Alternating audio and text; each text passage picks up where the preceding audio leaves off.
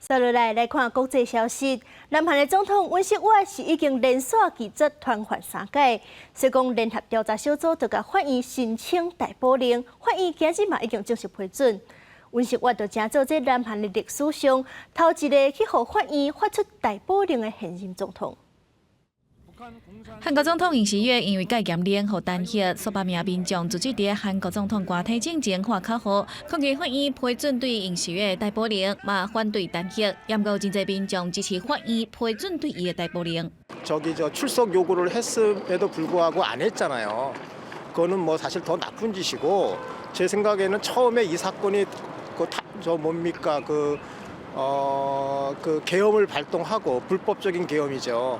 为了了解尹锡悦涉嫌的叛乱罪、甲滥用权力的罪名，由警方、国防部、反贪腐机构、高级公职人员犯罪调查处共同组成的联合调查小组，伫18、25、29、3届传唤尹锡悦到案说明，所拢予拒绝了后，调查小组30向法院申请对尹锡悦逮捕令甲搜查令。新北市区第一伫31批准逮捕令。媒体韩联社报道，法院的理由是尹锡悦有可能无正当的理由，所拒绝接受传唤，嘛有充分的理由怀疑。 尹锡悦涉嫌犯罪，不过尹锡悦律师团表示，反贪腐机构无权利调查叛乱罪，认为逮捕令是非法无效的，应该大声进行弹劾案的审理。 어떤 권한 없는 기관에서 청구한 영장이 발부됐다는 것이 놀랍고 이런 불법적인 또 영장 청구가 발부된다는 것이 이 법치주의에 맞는지 이런 불법적인 영장 청구는 불법 무효라는 입장입니다.